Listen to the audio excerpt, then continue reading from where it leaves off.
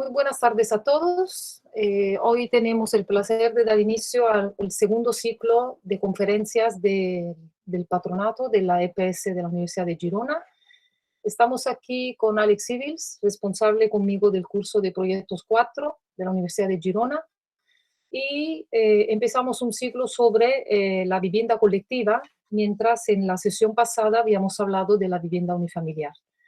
Un poco la idea ahora es seguir como el hilo de algunos maestros de la arquitectura moderna y contemporánea y un poco enfocar la atención sobre algunos aspectos específicos del habitar en sentido amplio.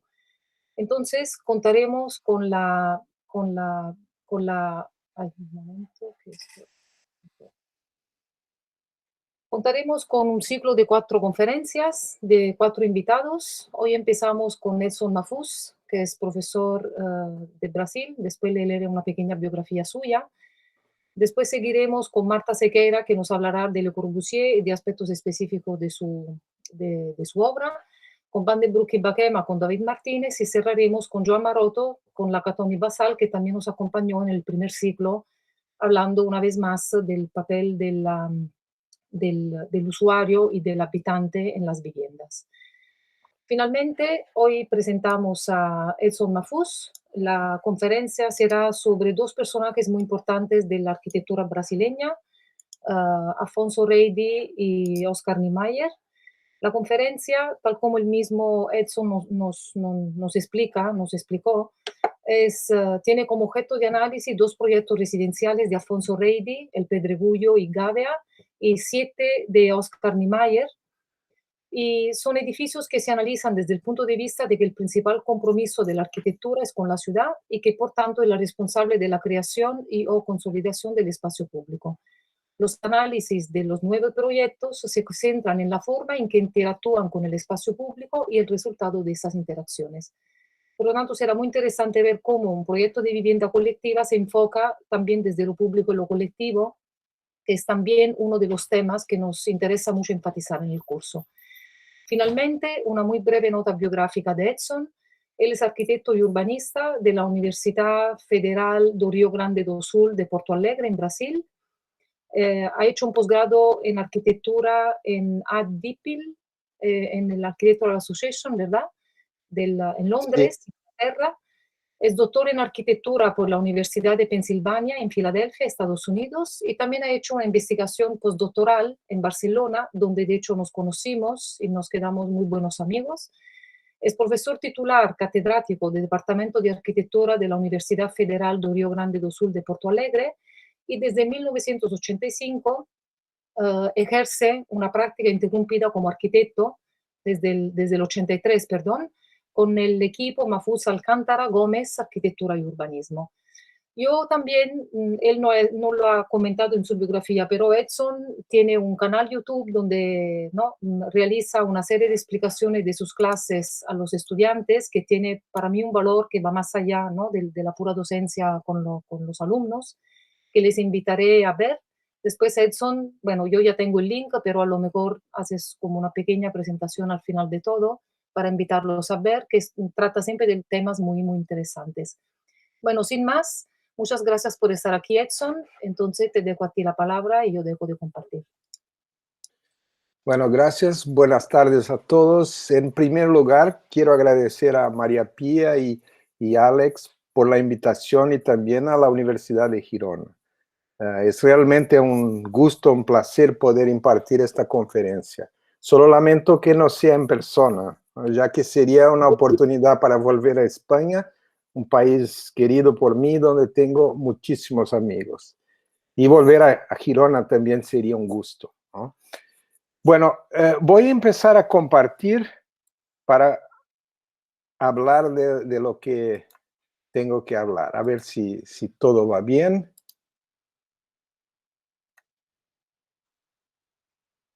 ¿Ya ven la primera pantalla? Sí, lo vemos. Sí, bien. Bueno, decidí utilizar un PDF para estar seguro, porque hay muchos líos cuando uno empieza a intentar cosas nuevas.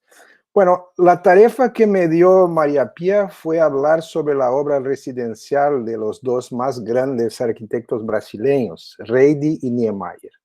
El primero, Afonso Eduardo Reide, tuvo una vida y una carrera muy cortas. Pero muchos creen que si no hubiera muerto prematuramente, habría sido un arquitecto de la talla de Niemeyer. Como pueden ver ahí, él vivió menos de 50 años, vivió 40 y pico años. Y Niemeyer, al revés, es demasiado conocido, vivió casi el doble que Reide y tenía 104 años cuando falleció y seguía practicando de alguna manera.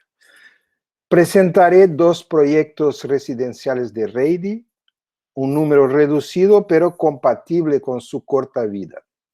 En el caso de Niemeyer serán 7 obras, un número sorprendentemente pequeño para una obra tan larga. En cada caso, los proyectos se presentarán en orden cronológica.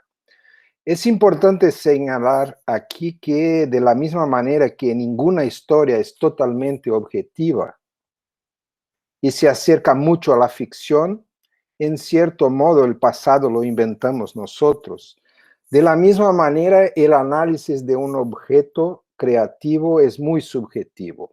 Lo que voy a presentar a continuación tiene afinidad con una manera de ver la arquitectura que se desarrolló durante la segunda mitad del siglo XX y que implica una valoración negativa de la mayor parte del urbanismo modernista.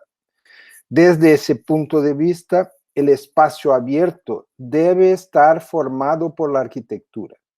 Los edificios forman el fondo sobre el que destaca la figura del espacio abierto. Además, la configuración de los edificios suele contar con elementos que remiten, aunque de forma sutil, a las características del entorno como materiales, alineaciones, alturas, etc. Entre los proyectos aquí comentados, poco se verá que se ajuste a esta visión de la arquitectura en su relación con el urbanismo. Perdona, Edson, Empecemos, ¿sí? tú estás pasando, no has pasado nada, ¿verdad? De No, momento, ahora sí lo porque estamos viendo la primera hoja, pasé, el primero. amarilla. ¿La amarilla? Ah, sí. Sí, no se ha movido aún, por esto me parecía. Ah. Siempre este tipo de lío. A ver, Ahora sí. ahora ves la foto de Niemeyer y Reidi. de Reidi. Sí, sí, ¿Y ahora? perfecto. Pedregullo, viviendas sociales. Sí, Bien. pero ahora ves toda la pantalla, ¿no? Sí, sí.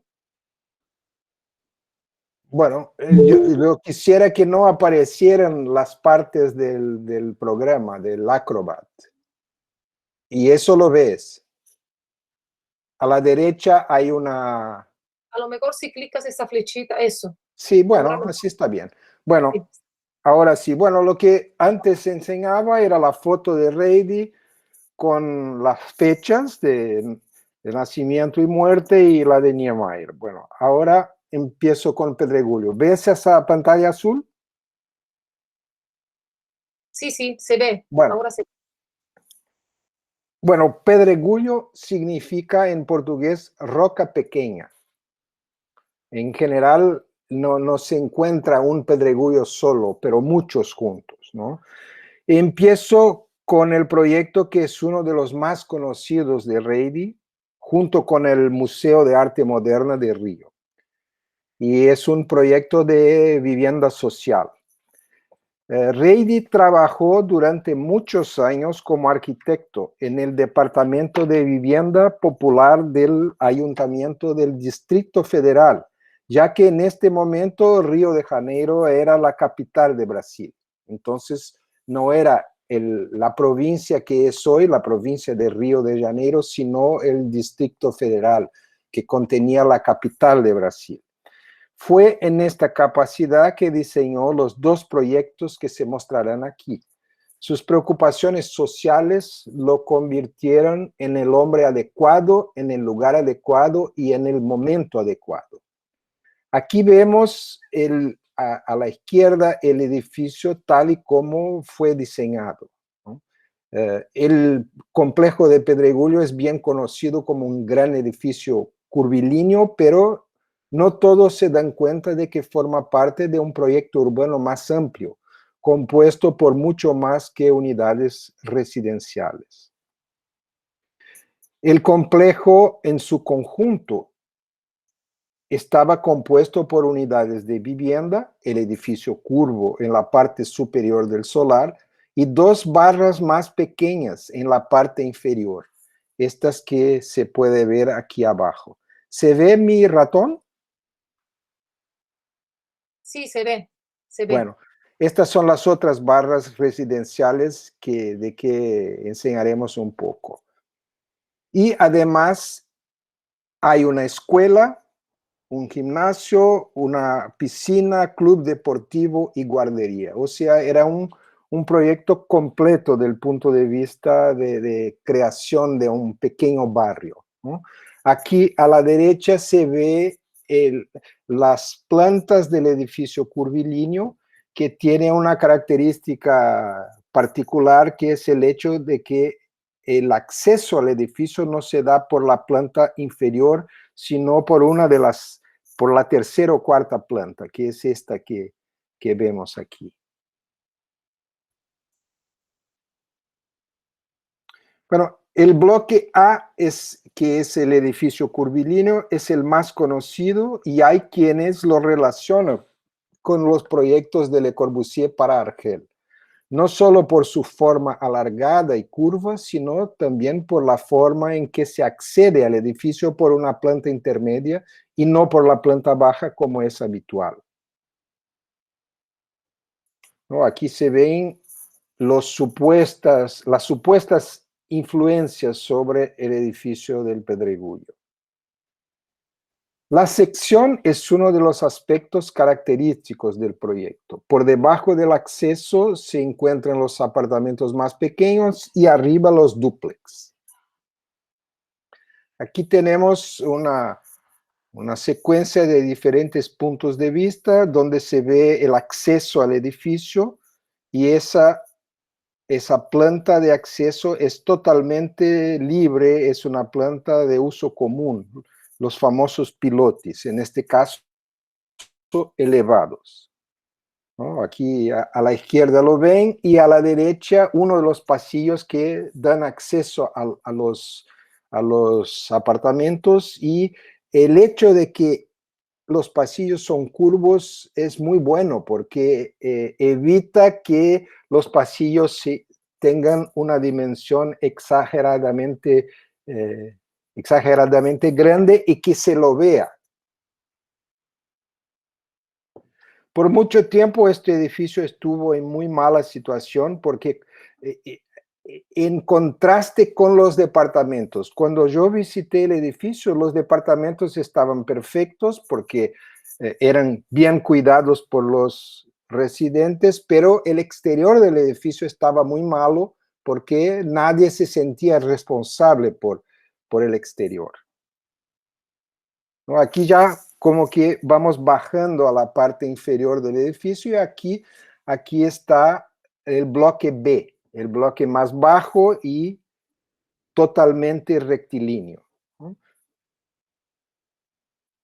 Aquí los planos del bloque B, en general los departamentos en todos los edificios son dúplex, o sea, tienen una planta baja que es común, normalmente con sala de estar, cocina y comedor, y la parte superior con los dormitorios,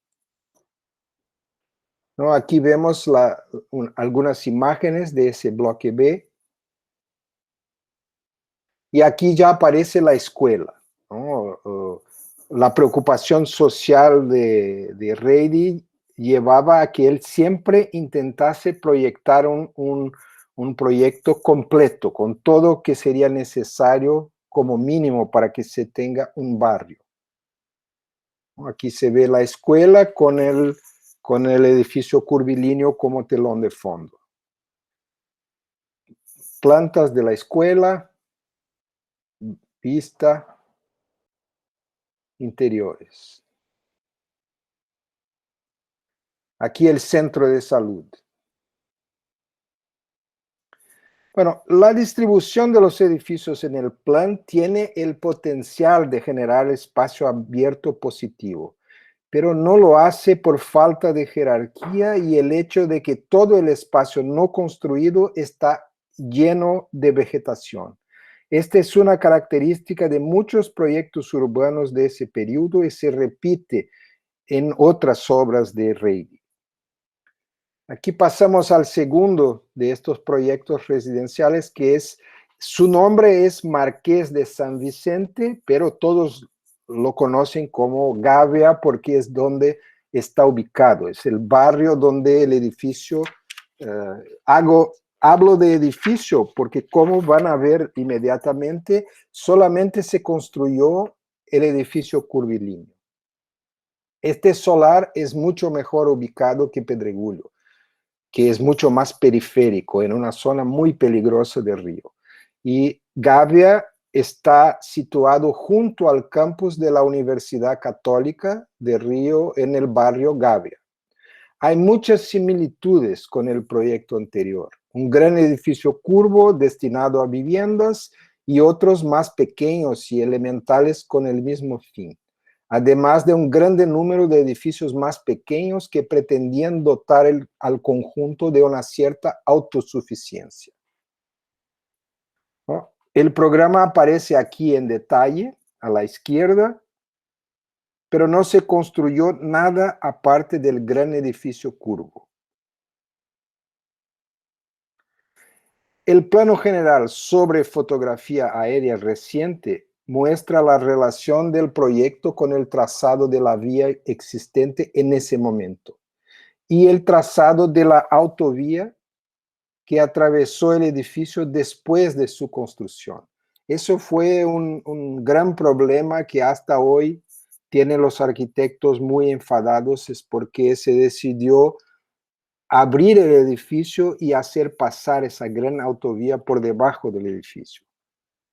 Este es el edificio como diseñado, sin que la autovía pasara por debajo del edificio, y aquí ya se ve el edificio en la situación actual. O sea, es para ir a la zona oeste de Río, donde está ese barrio enorme que se llama Barra da Tijuca, es obligatorio pasar por ahí abajo. Y como tengo parientes que viven en esa zona, paso por ahí cuando estoy en Río un par de veces al día.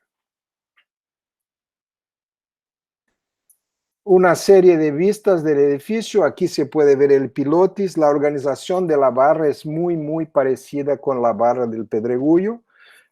Llaman en Río eso de túnel acústico, porque tuvieran que hacer varias cosas para que el ruido de los coches no fuese imposible de aguantar por los residentes.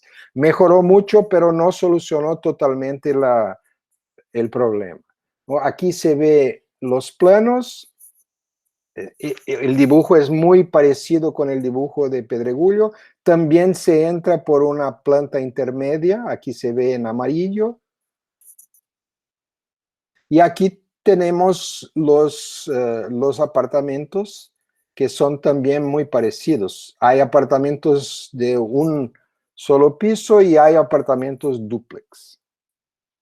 Aquí fotos del Pilotis, que ese edificio está mucho más bien conservado que el Pedregulho. Otra vez se ve la circulación que es protegida por estos elementos de cerámica que son muy característicos de la tradición brasileña, heredados de la colonización portuguesa y que vamos a reencontrar en algún edificio de Niemeyer en un rato. Aquí también una circulación superior y otras vistas. Esta es la distribución del programa, ¿no? En que se ve que esa parte de color lilás es la área de uso común, donde está el pilotis. Hay los departamentos de arriba, son esos dúplex, los de abajo no, son apartamentos que son un gran espacio que quizás en otras latitudes se llamarían de loft, pero no ahí. Aquí la distribución de la estructura del edificio pensado por módulos definidos por esas líneas rojas que se puede ver sobre el plano. Lo que se dijo del conjunto Pedregullo se podría repetir aquí. Vemos un proyecto de urbanismo que comienza a definir los espacios abiertos como volúmenes, pero carece de jerarquía y siempre hay algún elemento menor insertado en el espacio, lo que compromete su clara definición. También se podría comentar la falta de relaciones formales entre las partes del proyecto. O sea, siempre parece un comienzo, pero no llegan a definir espacios de la calidad a que estamos acostumbrados en la ciudad tradicional. Bueno, en este punto comenzamos a comentar la obra residencial de Niemeyer. Suelo dividir su obra en dos periodos. El primero, que va desde Pampulha, que son esos edificios más o menos pequeños que construyó alrededor de la laguna de Pampulha en Minas Gerais, hasta aproximadamente 1975-8, cuando alcanza su máxima calidad. Y el segundo periodo, desde la década de 70 hasta su muerte, periodo de fuerte decadencia y preocupación casi exclusiva con el contenido artístico de los proyectos.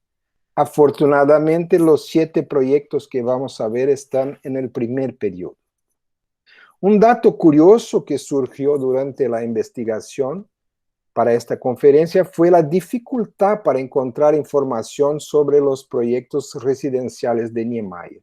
Por ejemplo, hay toda una producción de obras menores, como el edificio en la pantalla, ese que está señalado por la flecha, que no está documentada y solo aparece en una guía de Río de Janeiro realizada por el Instituto de Arquitectos. Uno no encuentra nada sobre estos edificios, ni mismo en la Fundación Oscar Niemeyer, que es donde todo debería estar. Algo similar ocurre con algunos de los edificios que veremos a continuación, que fueron repudiados por Niemeyer, descontento con las limitaciones que normalmente imponen los promotores y la legislación. Niemeyer parece haber tenido dificultades para actuar en situaciones en las que no tuvo un control total. Se enfadaba con los cambios de programa, las limitaciones presupuestarias y la imposibilidad de ignorar la legislación urbanística. Bueno, empezamos con el edificio Montreal, uno de los 3 edificios construidos en la región central de la ciudad de São Paulo. Es muy interesante cómo este proyecto y los 2 siguientes pueden explicarse, al menos parcialmente, por sus relaciones con el entorno, hecho no muy común en la obra de Niemeyer. El edificio Montreal asume la configuración del terreno y refuerza la configuración de la manzana, una entidad urbana premoderna. La legislación vigente permitía un cuerpo más alto en la esquina y una altura máxima de 10 pisos en la parte restante del terreno. Niemeyer articula esa condición de 2 formas, interrumpiendo la secuencia de parasoles en el piso 11 y tratando los cuerpos bajos ubicados en las 2 calles laterales de manera diferente al cuerpo principal, que acaban por parecer edificios independientes. Aquí se ve a la derecha las 2 cosas, la interrupción de los parasoles y esa línea que marca el término de la parte lateral o trasera del edificio, que parece otro edificio, pero que es parte del edificio principal. A la izquierda se ve en amarillo las dos partes que no pueden pasar de 10 pisos de altura. Y en esta imagen se ve con mucho más claridad lo que pasa con los laterales del edificio. Esa parte blanca es parte del edificio y está hecha diferente de la parte curva de la esquina, no solamente por el tratamiento del muro, que ya no tiene vidrio continuo, pero tiene ventanas tradicionales, y también está ubicado quizá un metro y pico, retrasado en relación a los elementos de protección solar.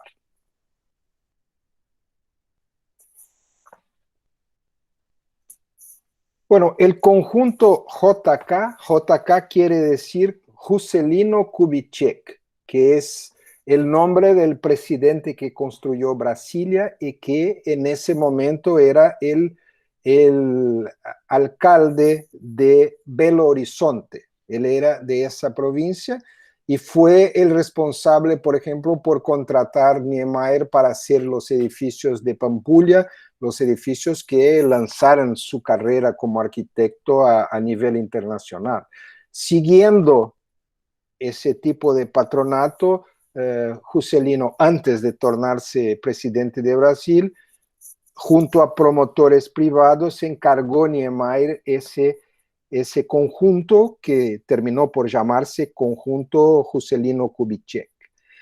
Construido en la Plaza Raúl Soares, que es la confluencia de 4 importantes avenidas, es un ejemplo del intento de modernización de Brasil en la década de 1950, generalmente representado por proyectos a gran escala realizados a través de la arquitectura moderna. Además, existe aquí un deseo claro de monumentalidad, tanto del gobierno provincial de Kubitschek como de los promotores privados. Ahí está el solar y ahí se ve que el conjunto está compuesto de 2 partes, de 2 edificios altos. Uno con 26 pisos, el que es una barra de predominancia horizontal, y el otro con 36 pisos, que es la torre enfrente, unidos por una plataforma. Los 2 bloques juntos albergan 1.086 apartamentos donde viven más de 5.000 personas. Es como una pequeña ciudad.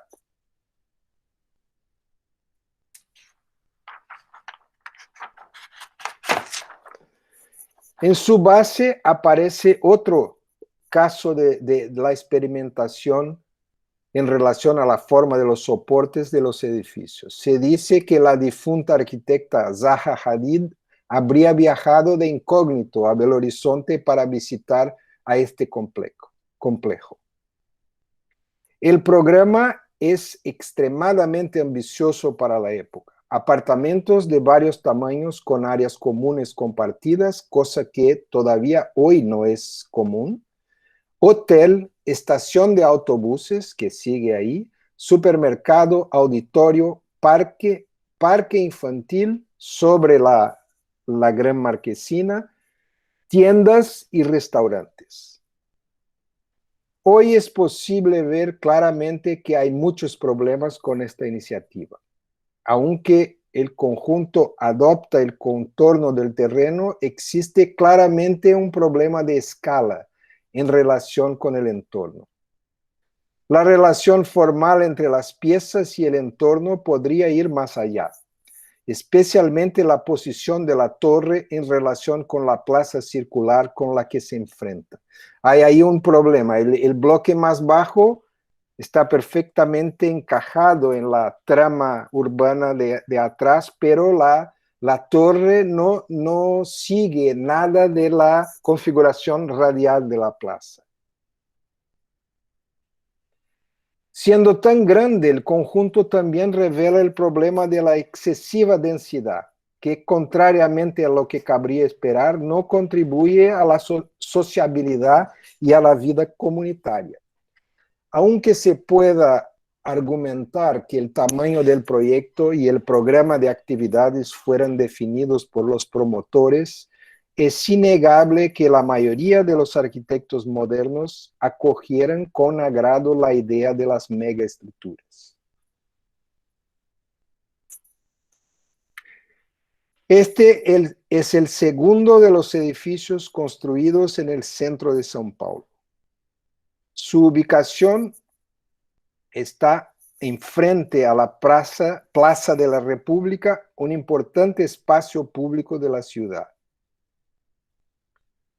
Y el edificio Eiffel se encuentra muy cerca de uno de los edificios emblemáticos de Niemeyer, el Copan, que veremos a continuación. A la derecha de la imagen está el Eiffel, que es el tema de ahora, y luego al lado, pero como que una manzana retrasado, aparece el Copan.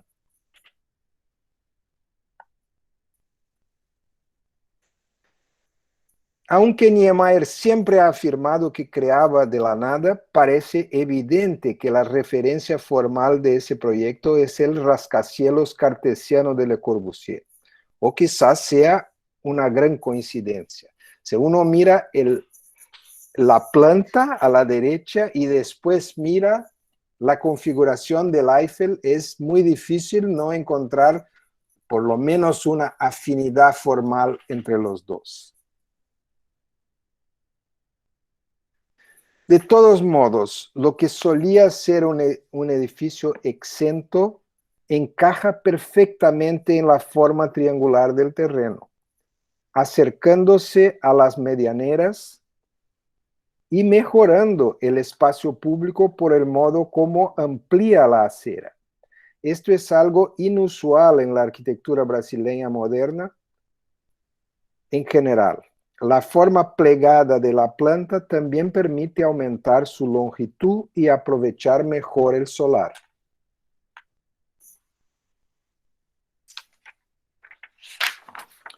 En este caso, Niemeyer aprovecha la legislación y crea un edificio en el que la relación entre forma y programa tiene mucho sentido.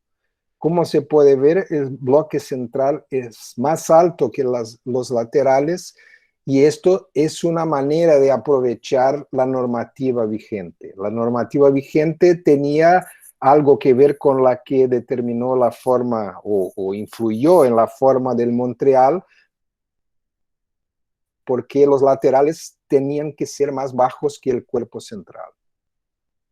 La diferencia entre el centro y los lados también aparece en la distribución de los tipos de departamentos, siendo distintos los ubicados en el cuerpo central de los lados. Los apartamentos son todos dúplex.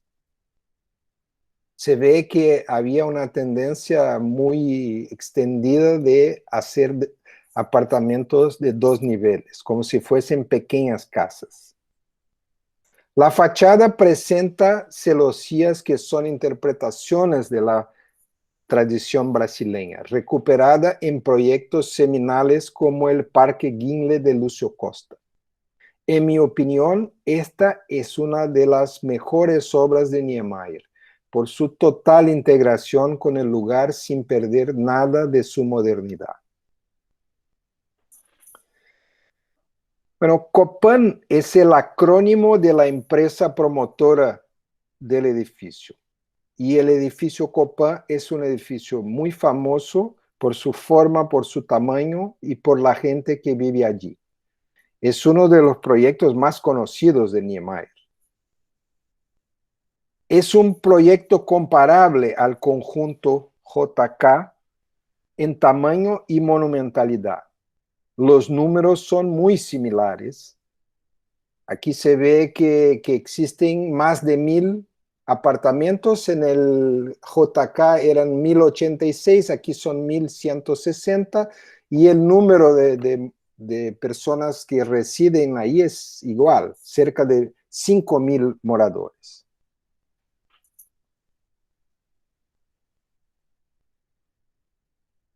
El programa es típico de esa década, cuando el tamaño fue asociado a ideas de progreso y civilización.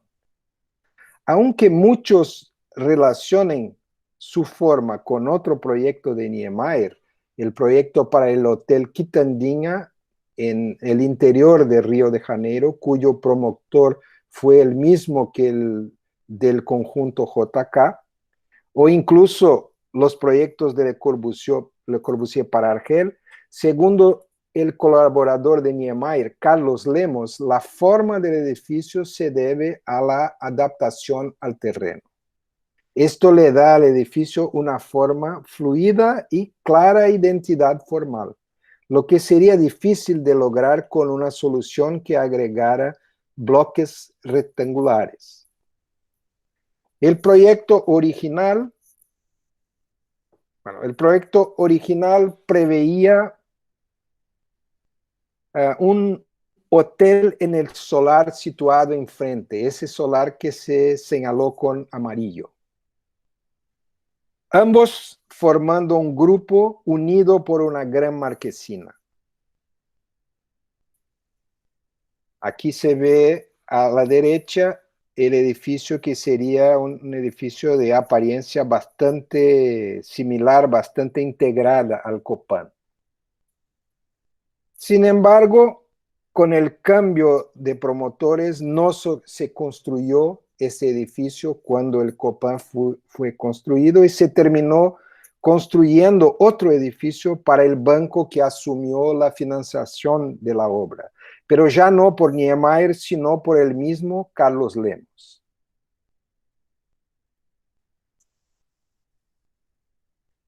El aspecto más positivo del edificio Copa, en mi opinión, es su relación con el entorno, a través de la galería comercial en las dos plantas inferiores. La base del edificio, que es continua, y continúa el uso comercial de las plantas bajas del centro de la ciudad. Y por así decirlo, lleva la ciudad al complejo.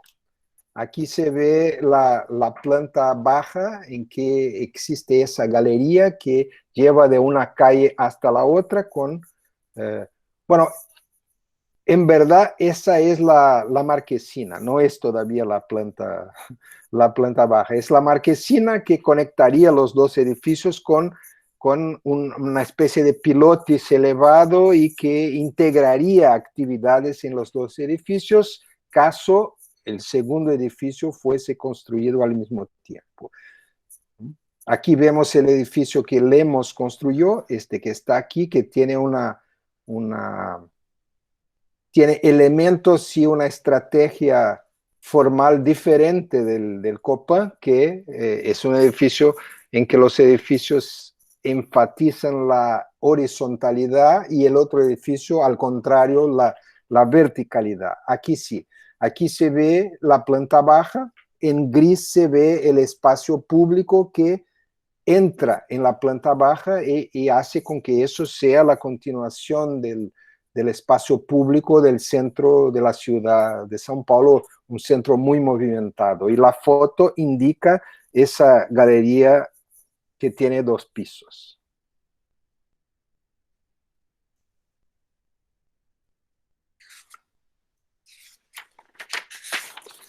El parasol o brise-soleil es uno de los elementos distintivos del Copan, con su profundidad de 1,45 m, más 45 centímetros de distancia al vidrio.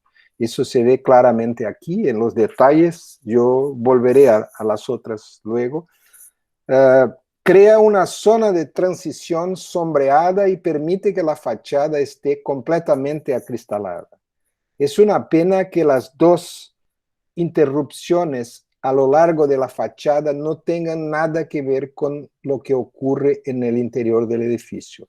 Me refiero a estas dos interrupciones que, a diferencia del edificio Montreal, no tienen ninguna razón específica de estar ahí. Podrían estar más abajo, más arriba. Eso, la decisión fue puramente en términos de lo que queda bien visualmente.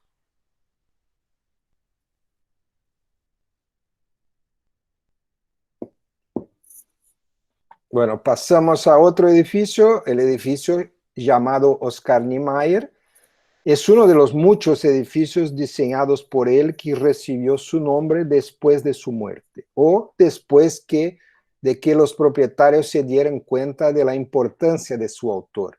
Por ejemplo, el edificio del museo en Curitiba es un edificio proyectado por Niemeyer para ser una escuela y que después pasó décadas como un edificio administrativo, después se transformó en un museo que es llamado Museo Oscar Niemeyer. Y hay docenas de edificios en Brasil y fuera de Brasil que se llaman Oscar Niemeyer.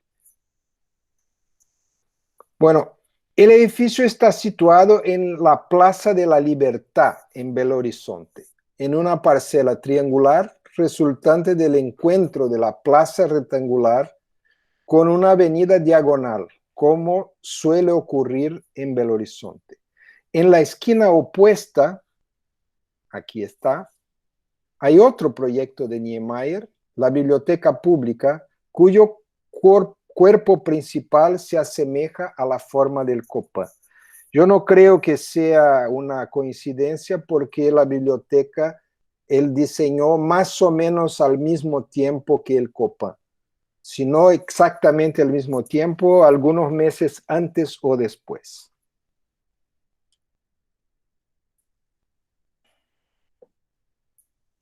Otra afinidad con el Copan es la presencia de parasoles horizontales que cubren toda la fachada. Fachada única, fachada en singular, ya que es una superficie continua alrededor de todo el volumen.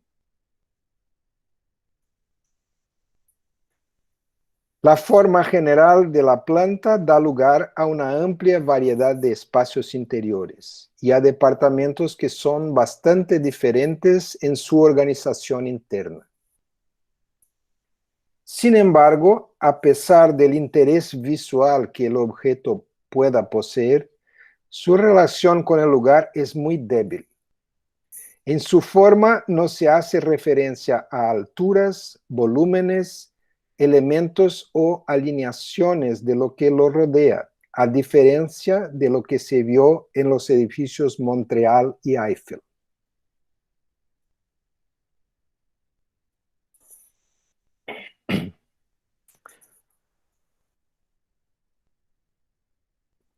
Niemeyer fue el único invitado latinoamericano que participó en Interbau 1957 en Berlín, una exposición como muchas otras realizadas en el siglo XX, dedicada a mostrar cómo la arquitectura moderna podía crear una ciudad mejor que la que estábamos acostumbrados. Varios arquitectos importantes participaron en la exposición. Eso no impidió que la tónica fuera el edificio aislado en el espacio abierto, sin que se lo definiera tridimensionalmente. El criterio para ubicar los edificios parece ser solo buena insolación. No parece haber un proyecto global que vincule edificios y espacios abiertos, cuya definición depende del paisajismo, en este caso. La propuesta de Niemeyer es como mínimo curiosa. La idea central parece ser apilar edificios bajos sin ascensor, uno encima del otro. Como los ascensores solo dan acceso a la planta baja, la cubierta y al nivel 7, donde no habría departamentos en el proyecto original, los residentes se verían obligados a bajar o subir escaleras para llegar a sus departamentos. Esta característica supuestamente ahorraría en paradas de ascensor y garantizaría la ventilación cruzada en todos los apartamentos. Es una idea bastante rara, esa de imaginar que un edificio con ascensor sería un apilamiento de casas como casas de calle normal, sin ascensor, con 4 pisos de altura y con escalera, ¿no? En el nivel 7, el nivel 7 estaría destinado a los servicios comunes y se concibió como un club. con bar, restaurante, sala de juegos y auditorio. En la azotea habría gimnasio, piscina, parque infantil y jardín. Además de los pilotis, el piso intermedio hace que la propuesta parezca una unité de habitación en miniatura. Sin embargo, la propuesta de Niemeyer no se siguió al pie de la letra. Los promotores se decantaron por lo más pragmático. El número de pisos fue reducido a 8 de los 12 iniciales, se eliminó los espacios de cubierta y se insertó apartamentos en el piso especial, ahora dividido por la mitad en la dirección longitudinal.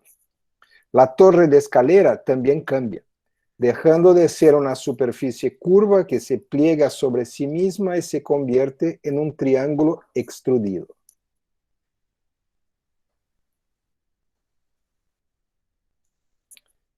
Aquí se ve los 5 tipos de apartamentos. En gris vemos la área común, que resultó ser mitad del tamaño de la planta. En la otra mitad surgieron apartamentos más pequeños. Y en la planta que está abajo, apartamentos pasantes que son más grandes que los del piso intermedio, el piso 7. Las diferencias de programa se revelan en las fachadas, donde queda muy clara la posición de los espacios comunes, que además no tienen balcones y sí ventanas alineadas con la fachada, con los elementos de fachada.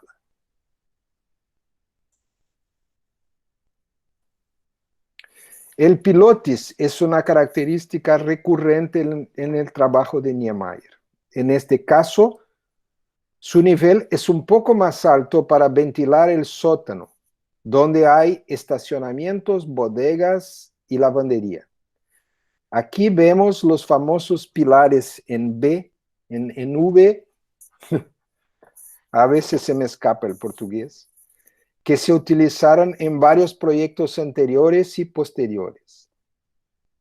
A pesar del interés espacial de este pilotis, esta zona solo sirve para entrar al edificio. Su uso aquí parece cuestionable, porque por un lado no hay falta de espacio en el solar de intervalo, lo que normalmente justifica el uso de pilotis cuando hay falta de espacio externo.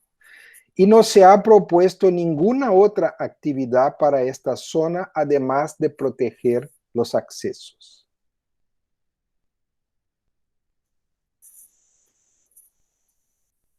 Aquí se ve un par de vistas de este piso especial, que por la ausencia de muebles no parece que esté siendo muy utilizado. Esta es una foto de durante la exhibición.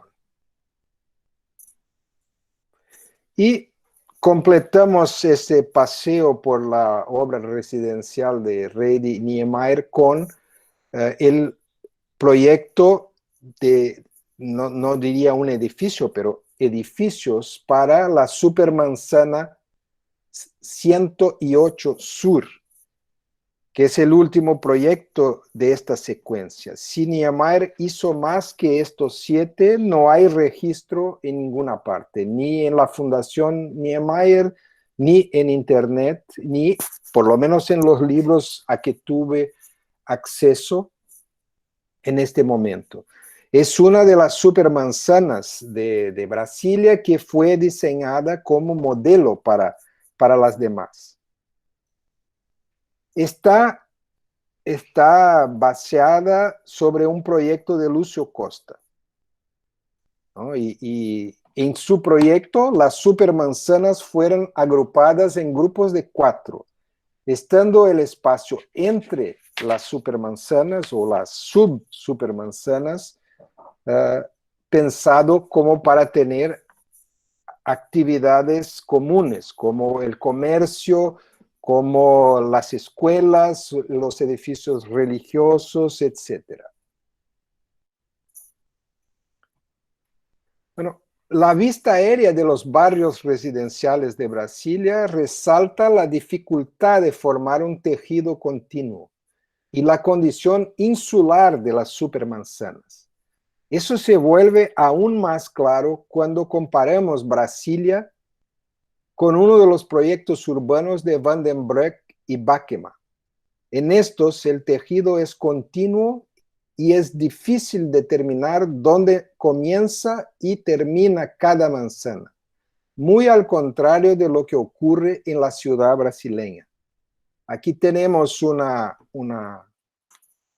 manera de verificar que la supermanzana de Brasilia es muy fácil de ubicar en una fotografía por la separación que hay entre ellas. Al revés, cuando uno mira uno de esos planes urbanos de Van den Broek y Báquema, uno ve que es muy difícil, que uno puede tomar ese rectángulo y cambiarlo de sitio y siempre tenemos un conjunto homogéneo, siempre tenemos algo muy diferente de Brasilia. Esa es una de las quejas que se tiene de Brasil, es que el tejido no tiene complejidad. La supermanzana brasiliense dedica el espacio entre edificios a la circulación de vehículos y vegetación. No hay jerarquía entre espacios. La vegetación periférica produce algún cierre, pero también aísla un bloque del otro.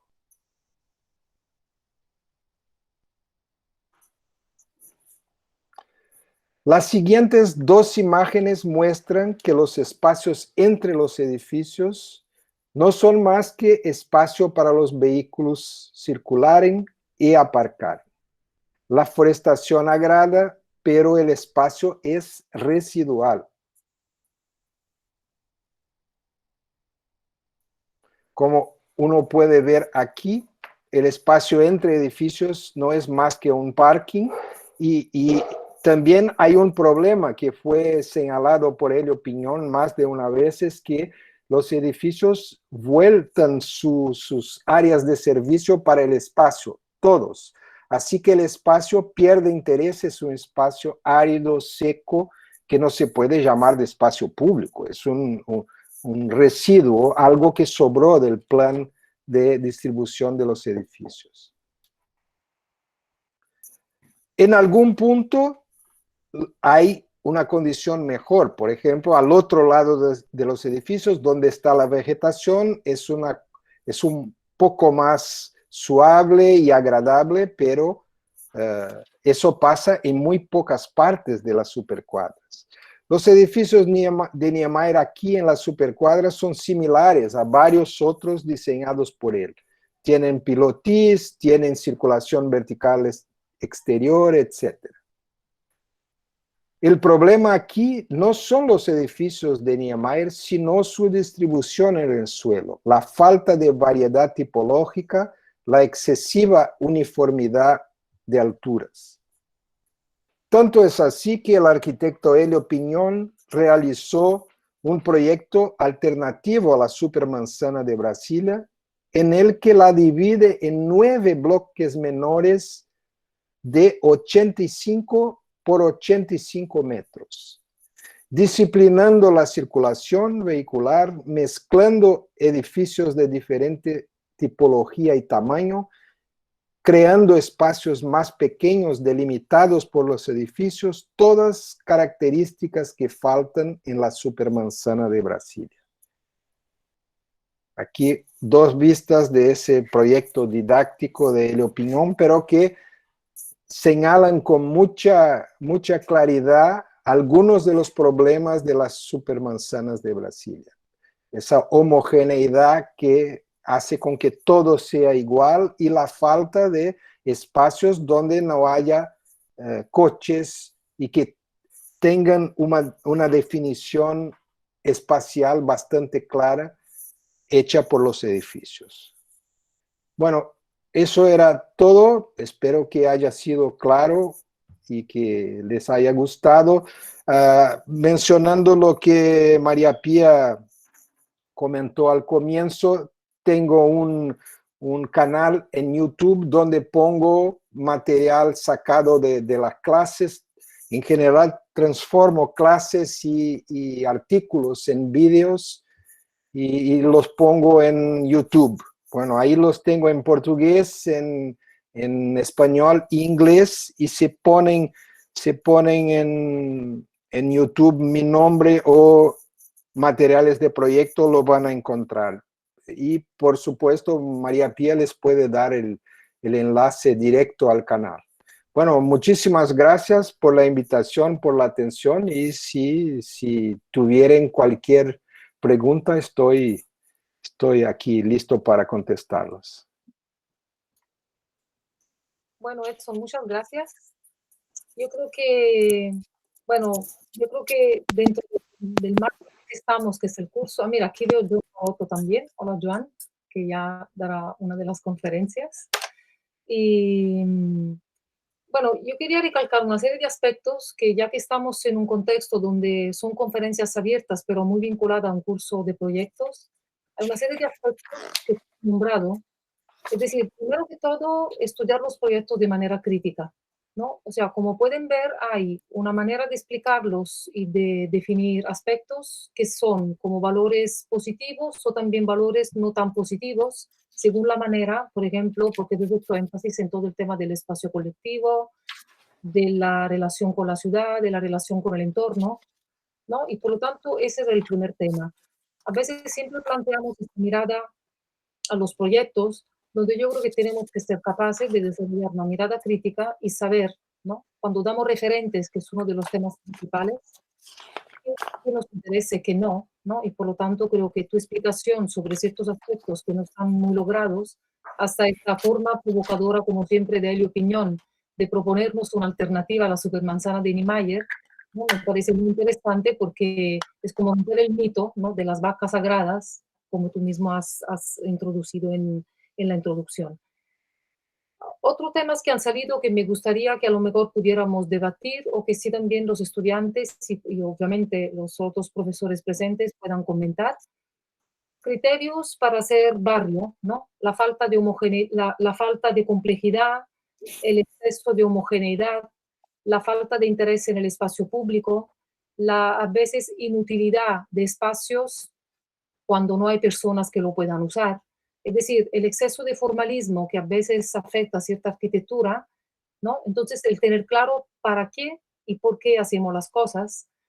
Y hay un tema que no has nombrado tanto, pero creo que es implícito, que el tema de cómo los usuarios o cómo los habitantes viven estos edificios, ¿no? Que yo creo que es otro tema que por defecto has tocado, por ejemplo, cuando has hablado de la planta baja del edificio Hansa Viertel de Berlín, ¿no? Cuando hay muchísimo espacio y toda la planta baja se plantea completamente abierta, como esperando todo un uso alrededor que en realidad no lo hay.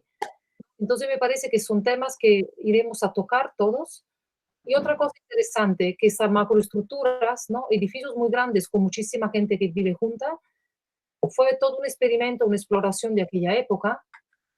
Y ahora, al menos aquí, plantearemos un tipo de escala que es como de escala intermedia. Ellos tendrán que hacer una agrupación de viviendas, es decir, de bloques y torres, como un patrón, y después repetir un tejido. Pero intentaremos concentrarnos en una escala más, ¿no?, de patrón, para que haya como una serie de pocos edificios, para que lleguen a comprender exactamente qué llega a pasar también en la planta baja, en los espacios colectivos. Entonces, bueno, un poco redondear esta idea o esta reflexión sobre la importancia del entorno, de lo colectivo en los proyectos de vivienda, que son un poco el énfasis que tú has querido poner. Sí, y yo lo que veo en la arquitectura brasileña en esta escala es que se quedaran con las ideas urbanísticas del comienzo del urbanismo moderno, no evolucionaron. Otros, Le Corbusier mismo evolucionó. El urbanismo que él hace al final de su vida es diferente de lo que hacía al comienzo.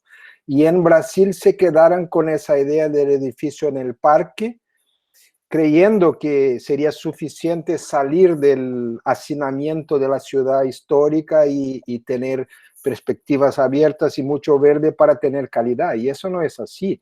Brasilia, para quien no vive en Brasilia, es un desastre total, ¿no? Es curioso porque si uno va a Brasilia, la gente le gusta, porque vinieran de otras situaciones que no eran tan buenas y ahí, porque hay mucho espacio y mucho verde, les parece mejor.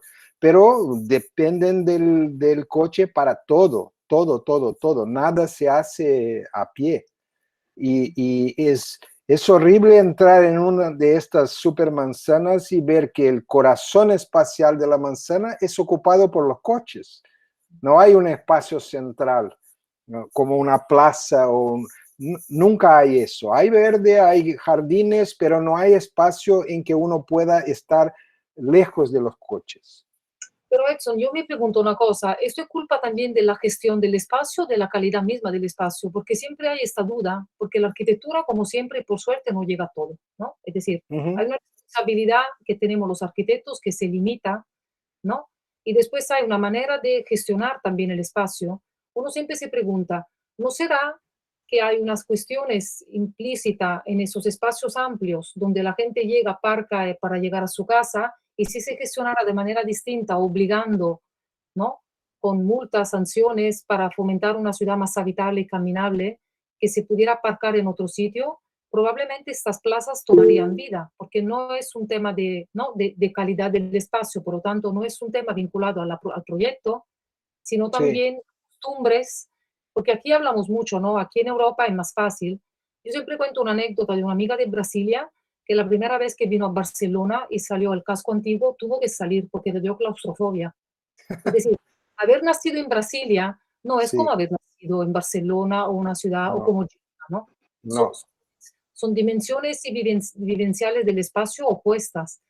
Por lo tanto, claro, siempre me pregunto esto, ¿hasta qué punto esos espacios son tan anudinos y poco interesantes por culpa de la arquitectura o porque sencillamente no se limita, ¿no? El uso del... Yo creo que ahí entra el tema del tabú, porque eso fue proyectado por Lucio Costa. Yo tengo algún amigo un poco perverso que dice que, bueno, Lucio Costa era un tipo muy bueno y que dejó a su protegido Niemeyer hacer Brasilia. Hay gente que dice que Lucio Costa hizo el primer plano y que Niemeyer determinó el resto. Yo no creo esto, pero lo que yo creo es que hay un tabú de cambiar cualquier cosa. Como Brasilia fue diseñada por Lucio Costa y tiene esa presencia increíble de Niemeyer en la ciudad, no se cambia nada. Las supermanzanas hoy día podrían ser mejores con cambios que no serían tan radicales.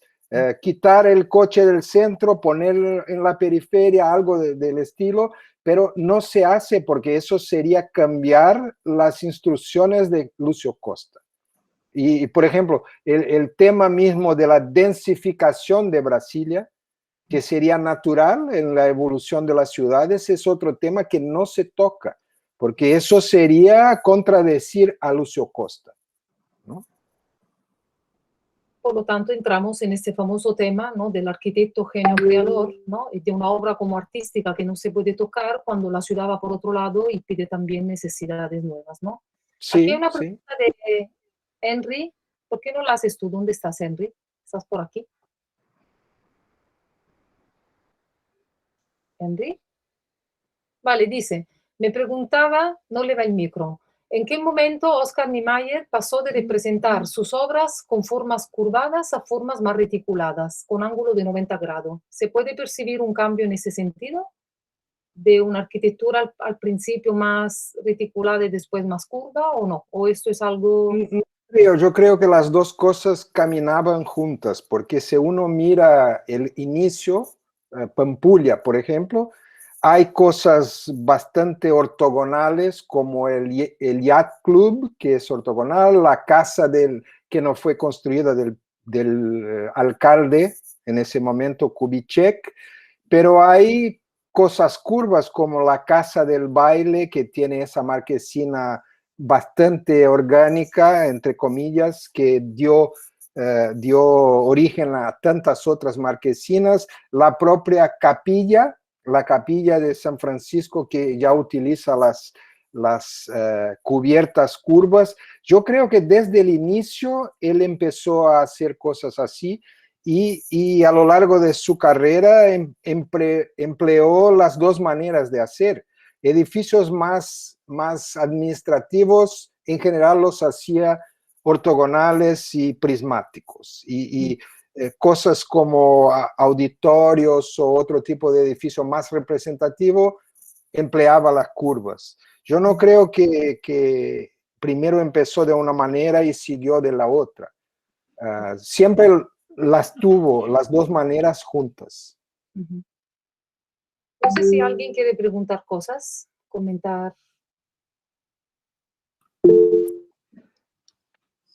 Yo más que preguntar, y a raíz de lo que decía Henry, o sea, estos edificios más orgánicos, estos gusanos, tanto el de Redi como de Niemeyer, ¿no?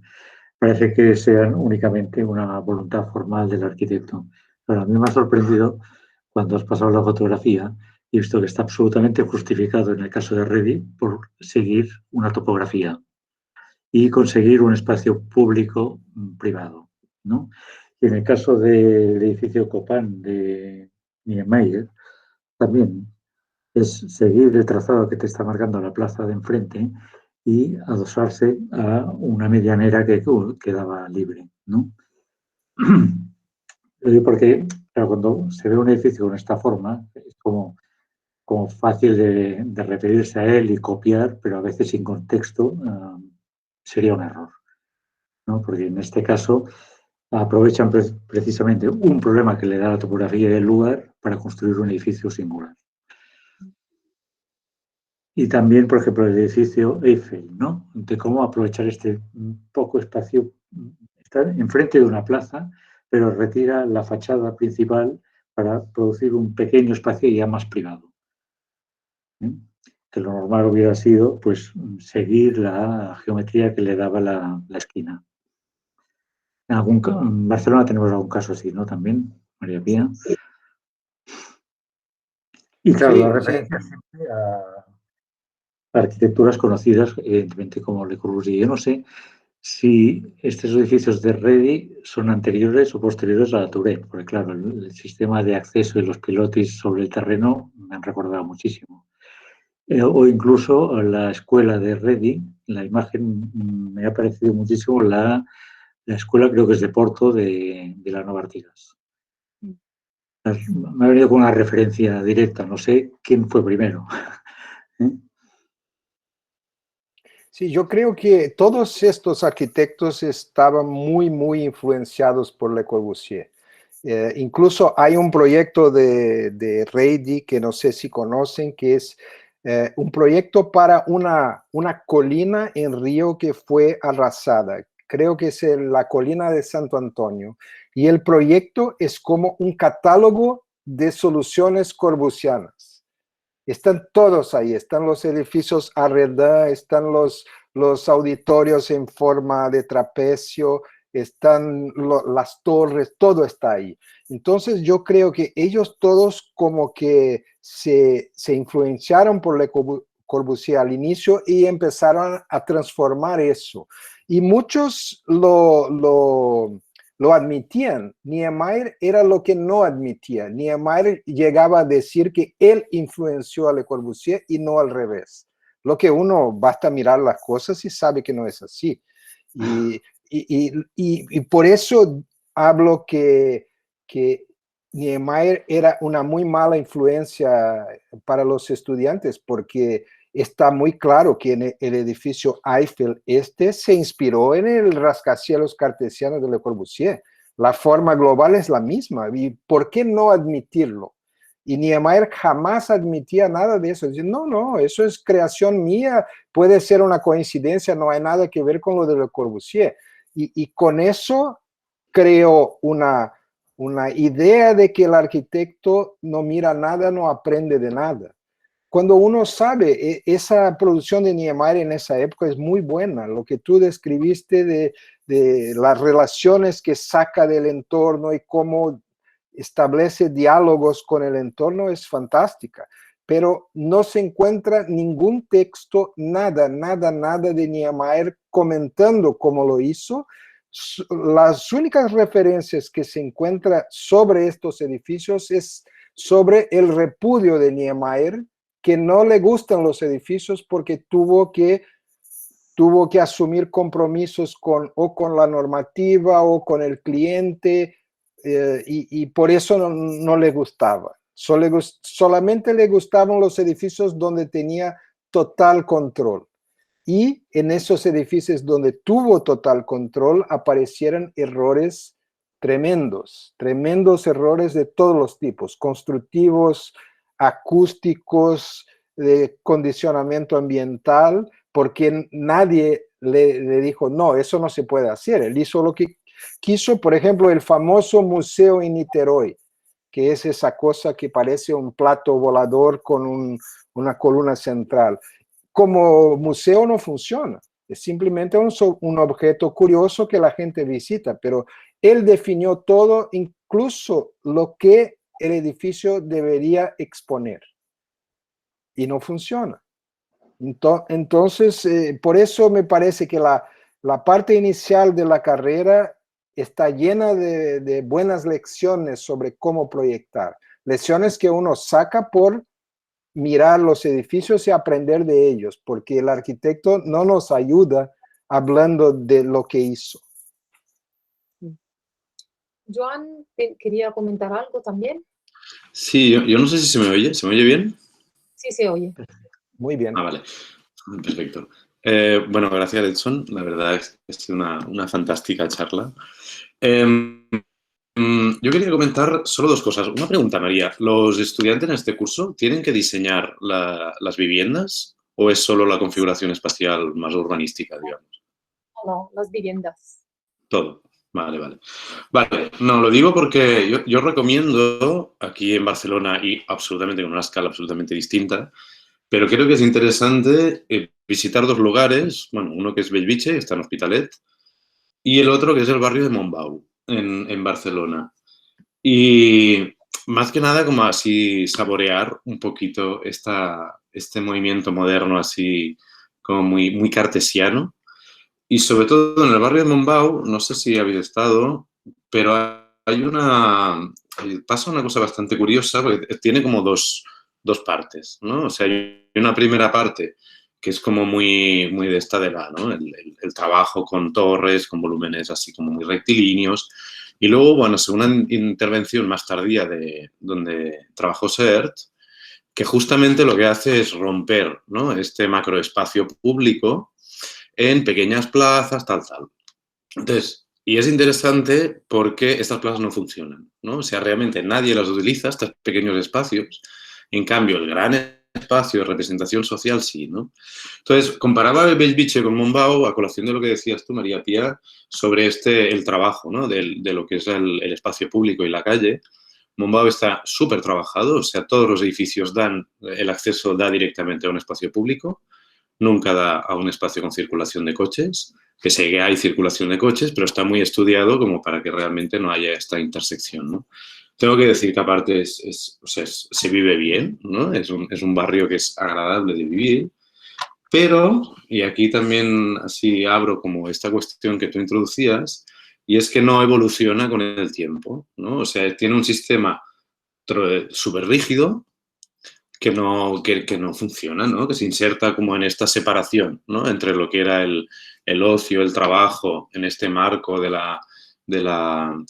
incremento del higienismo, digámoslo así, ¿no? O sea, de viviendas más habitables, más soleadas, mejor ventiladas, que trajo también así como numerosos beneficios, ¿no? A nivel de salud, o sea, esto es real y está demostrado, ¿no? Pero sí que era interesante porque en Bellvitge el espacio público son coches y en Montbau el espacio público son espacios para los peatones, ¿no? Entonces, visitar estos dos sitios así en un contexto cercano, ya con una escala mucho más reducida, por supuesto, pero sí como con este referente así de la arquitectura moderna y cómo se usa en el escenario contemporáneo es bastante interesante. Yo realmente lo sugiero. Y solo para acabar, quería comentar, ya que ¿no? Ya es la pregunta que te hacía, ¿no? De si han de diseñar viviendas o no. Porque una de las cosas que ya comentaré, pero que dicen justamente Lacaton y Basal, es que para ellos todo empieza en la vivienda, ¿no? Un poco lo que vienen a decir es, si dentro de la vivienda no se está bien, es imposible que en el espacio público se esté bien. O sea, como que la unidad de configuración inicial es siempre la vivienda, ¿no? Entonces, a partir de ahí, como que todo se multiplica, crece o sea, digamos que con la misma concepción, ¿no? Va como generando ciudad, pero siempre desde este vivir bien, ¿no? Que es importante. Nada, solo quería apuntarlo. ¿Alguien quiere comentar alguna cosa? Porque yo sí tenía una duda en realidad sobre el Pedregullo, sobre los proyectos de Reidy. Actualmente, ¿ellos nacieron como vivienda social o como...? Sí, sí, vivienda social.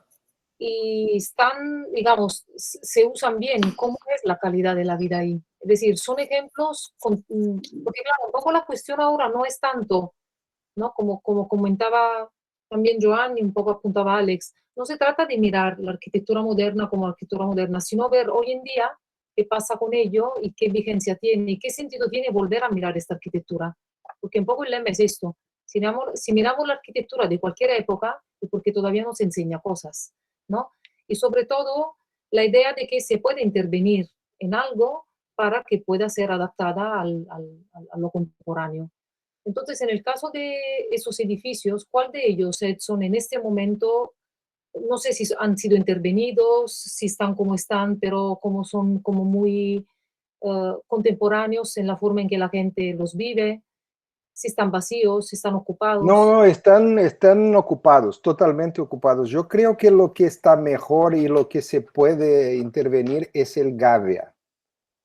Por su localización, está en la zona sur de la ciudad, está cerca de la universidad, no son vividos por gente como es una abajo de clase media, diría. No son gente pobre, pero tampoco están en clase media.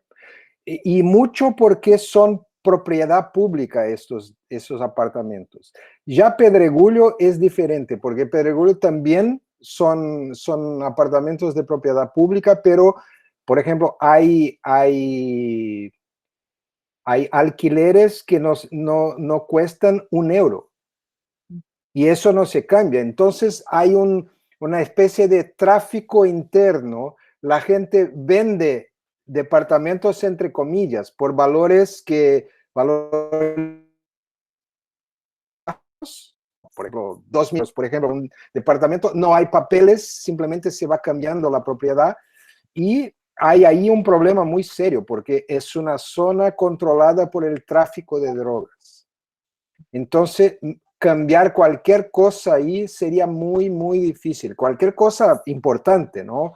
Pequeñas cosas se cambian, pero yo me acuerdo que cuando visité ahí fue con un grupo, creo que fue durante un Docomomo en Río, y hubo mucho trato con los traficantes para que permitiesen una visita de un coche lleno de arquitectos con cámaras fotográficas y tal, y que no hubiese peligro de atracos o cosas así. Entonces, sí, lo permitieron y bajamos todos ahí, fue tranquilísimo, pero con esto. Entonces, ¿cómo está?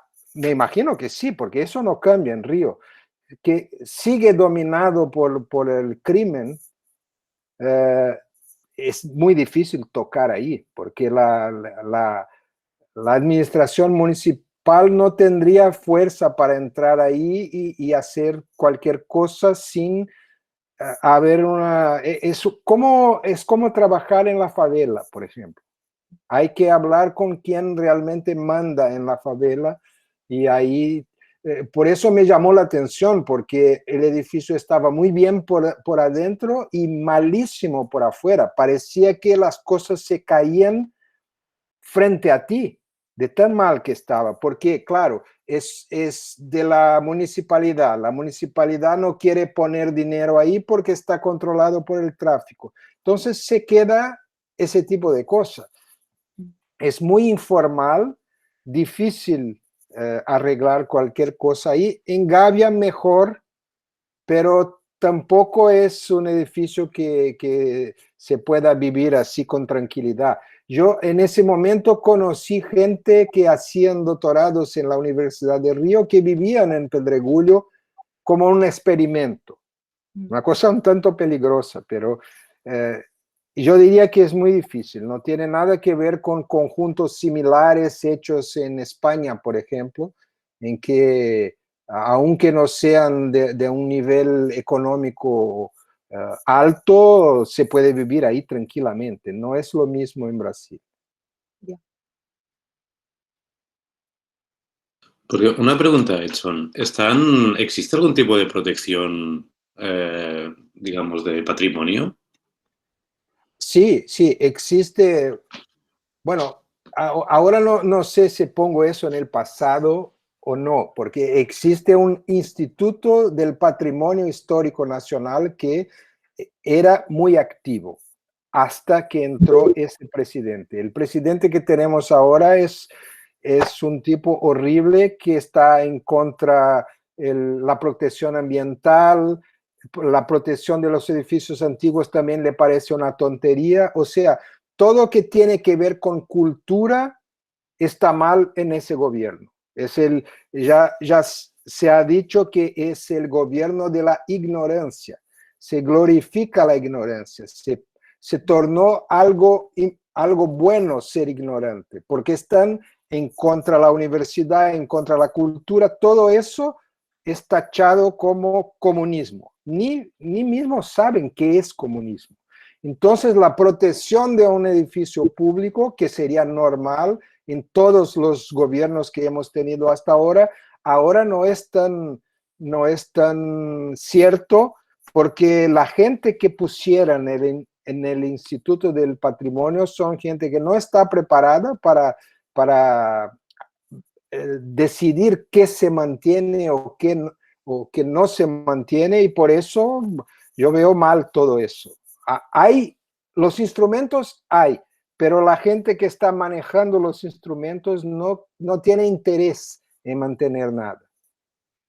Bueno, yo creo que por lo tanto venimos a un tema, yo creo que alguien ha levantado, sí, Albert, que se escapa también una vez más de la arquitectura entendida como forma y como espacio, ¿no? Que es la manera en que después se puede mantener, se puede gestionar, ¿no, Edson? Yo creo que al final entran otros factores también muy social, que obviamente son inherentes a la arquitectura, pero que no se pueden prever desde el principio.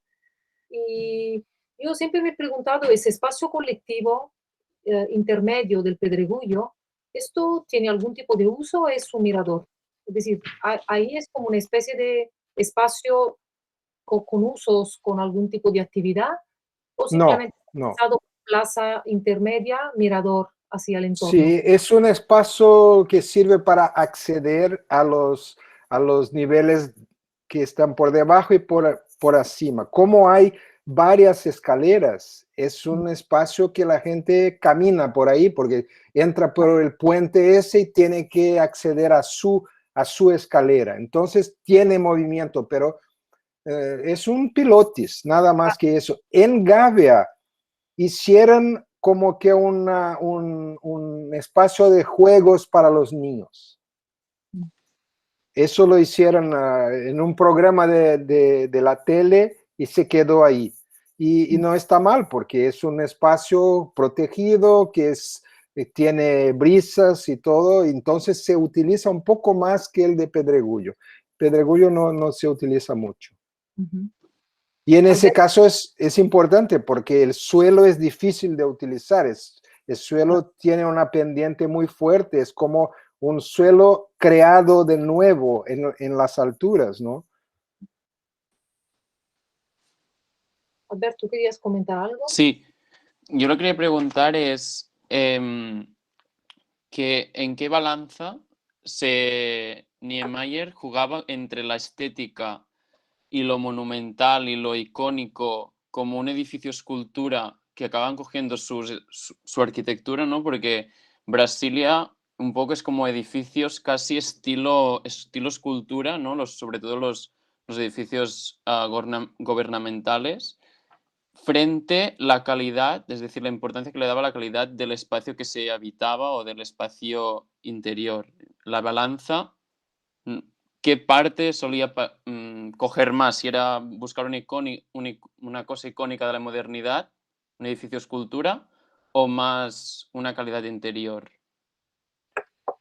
Bueno, yo creo, como he dicho antes, que hay dos periodos en Niemeyer. Creo que en el primer periodo esas cosas estaban en un balance mejor. Él tenía una preocupación también con la buena construcción, con el buen uso del espacio y trabajaba por esto. Pero después de Brasilia, yo creo que cuando se fue al exterior, como cuando se autoexilió, empezó a preocuparse muchísimo más con la parte escultórica de la arquitectura.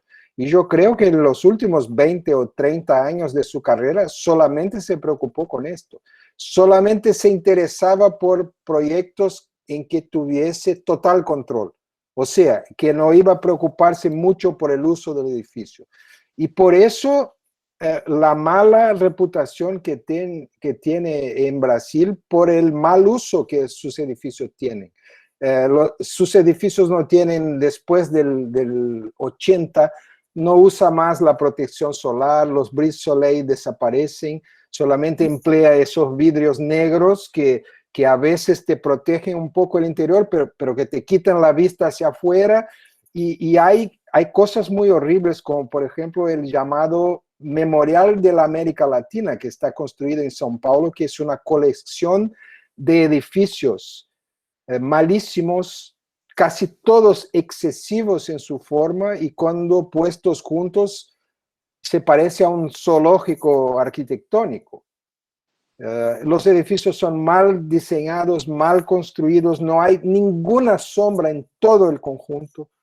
Entonces yo creo que en los últimos 30 años de su carrera se perdió el balance, la cosa se fue totalmente al lado escultórico y empezó a hacer cosas en varias partes del mundo de una manera muy fácil. Él no hacía proyectos, él hacía croquis que otros desarrollaban, y con eso se perdía mucho.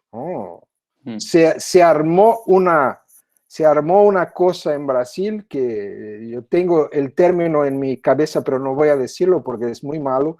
Se armó una cosa en que Niemeyer decía que él no cobraba por proyectos, regalaba proyectos a las municipalidades. Y lo que él hacía en verdad era hacer unos croquis, definir alguna cosa y regalar, pero esas cosas no se podían construir. Entonces ahí venía su familia, y su familia, claro, cobraba muchísimo, porque siendo Niemeyer quien era, en Brasil hay algo como la figura del notorio saber. El notorio saber exime las municipalidades de hacer concurso. Si contratan a alguien que es conocido en el mundo por saber mucho, no es necesario concurso.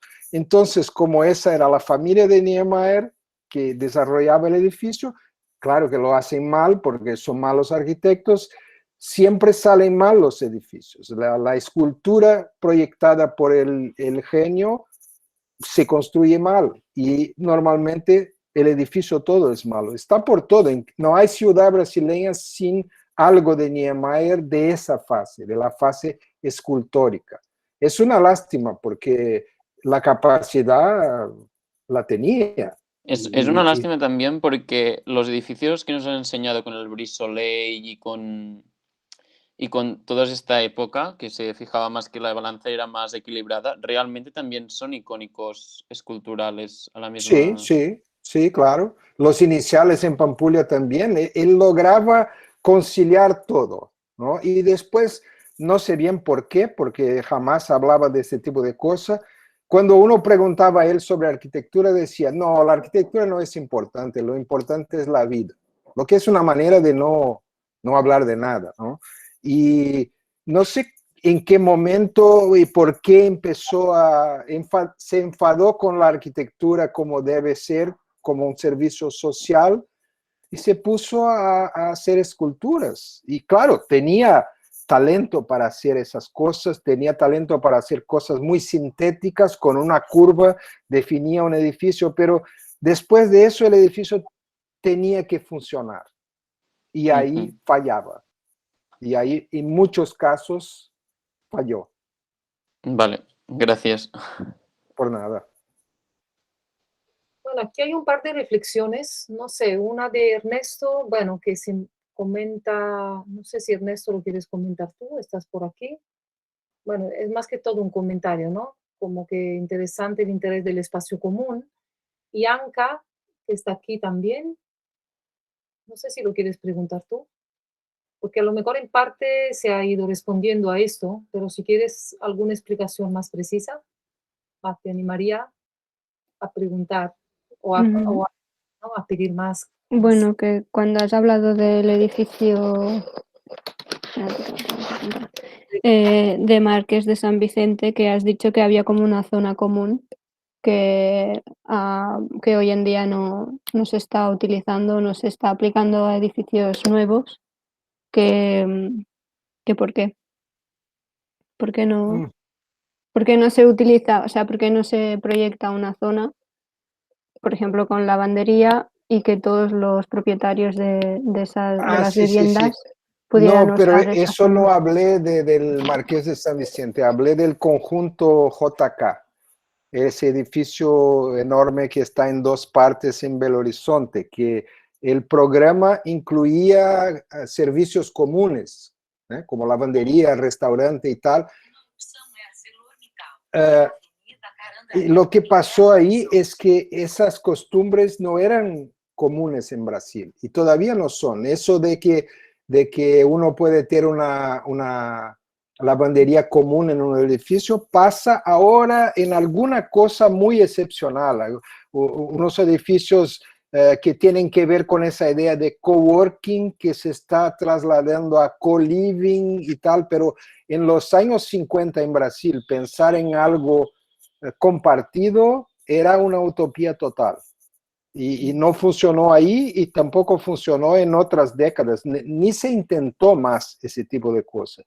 Era una idea que se intentó aplicar en el conjunto JK, no se utilizó y se dejó de intentar. Ahora lo intentan en pequeñas dosis, pero de una manera mucho más, mucho diferente de antes, como una idea así más yuppie, ¿no? Una cosa más de moda, que es trabajar todos juntos en un lugar, quizá vivir de una manera diferente, pero eso es totalmente excepcional. En Brasil eso no logró convencer a ninguno, ¿no? Compartir cosas. Brasil es un país muy egoísta. Nadie quiere compartir cualquier cosa. Todos quieren para sí y para los suyos, pero compartir con los otros nunca. Yo creo que es un tema cultural de varios lugares, ¿eh? Porque el tema del compartir servicios, aparte en Brasil, yo creo que hay muchos sitios donde esto cuesta, ¿no? Y no es tampoco una cosa obvia o fácil, ¿no? De que entre como forma de vivir. Yo creo que hayas tocado, no sé si ahora comentaría dos cosas, y claro, hay dos temas que han salido y que creo que son importantes. El romper el tópico del arquitecto como genio creador y por lo tanto buscar siempre este equilibrio entre lo funcional y lo formal, ¿no? Y que las dos cosas son totalmente compatibles, pero cuando una toma el predominio sobre la otra hay algo que no funciona. Y también hay el tema este de los usos y de las costumbres, que yo creo que hay que entender que hay arquitecturas que se vuelven internacionalmente reconocidas y aceptadas por todos, pero es muy difícil implantar en otro sitio modelos que vienen de fuera, y que siempre hay que hacer la reflexión local y no quedarse solo con una forma o con unos usos que han funcionado en un sitio y creer que en cualquier sitio funcionan, ¿no? Porque yo creo que al final, cuando hablamos de lo local o de la relación con el entorno o que las cosas surjan, ¿no? De ciertos contextos, tiene que ver también con esto, ¿no? No solo con lugar en término físico, sino también de lo social o de lo ambiental o de la forma de vivir, porque es un poco el tema. Yo creo que ha sido interesante, yo no lo había pensado así, pero salió bien, porque al final con Joan se hablará, ¿no? La balanza tenderá también a hablar de esos temas, de cómo la gente se apropia o vive las arquitecturas de la Catón y Basalt, que por cierto sabrán que han ganado el premio Pritzker, ¿no? Ha sido ya una cosa súper reciente, pero bueno, que hay como tantos aspectos a tener en cuenta en la arquitectura y que nunca hay que llegar con ideas previas y siempre situarse un poco en el lugar en el que uno va a proyectar o construir. Otra cosa que ha salido, siempre miramos hacia el norte, ¿no? Y el otro día, el viernes, tuvimos una invitada, una arquitecta de Túnez, que nos explicó unos proyectos de espacio público en Túnez. Y claro, visto desde el punto de vista de una persona del sur, me parece que y ella hablaba del norte, no el norte de Barcelona, el norte de Europa. Claro, hay formas de ponerse el problema del espacio público que ellos llevan año luz, planteando el tema del espacio público, del quitar el coche, de unas ciudades más habitables, saludables, pero claro, en contextos como América Latina o la misma Tunisia, ella explicaba cosas que ahí van a ser muy importantes y que aquí pueden parecer obvias, pero no lo son para nada, ¿no? Entonces, esto ayuda un poco a contextualizar las cosas. Y si un poco había el balance de todo esto, había esos dos temas a apuntar. Yo no sé si hay algún otro comentario o apunte o tema a resaltar, o dudas, hasta preguntas que quieran hacer, ¿no? Bueno, no sé si lo digamos así. Bueno, pues entonces, Edno, te agradecemos muchísimo. Yo creo que como siempre se abren debates y salen cuestiones, ¿no? de reflexión. Esperemos que esto sirva, porque hoy justo empezamos el nuevo trabajo del curso, donde hablaremos de edificio en altura, y por lo tanto ya han salido muchos temas interesantes que esperamos que sean recogidos por los estudiantes y por nosotros. Bueno, sin más, entonces nos despedimos y nos vemos el próximo lunes con la conferencia de Marta Sequeira sobre los inmuebles Villas de Le Corbusier. Hasta luego. Bueno, Adiós. muchas gracias. Hasta luego. Muchas gracias, Edson. Hasta luego. Hasta luego, adiós.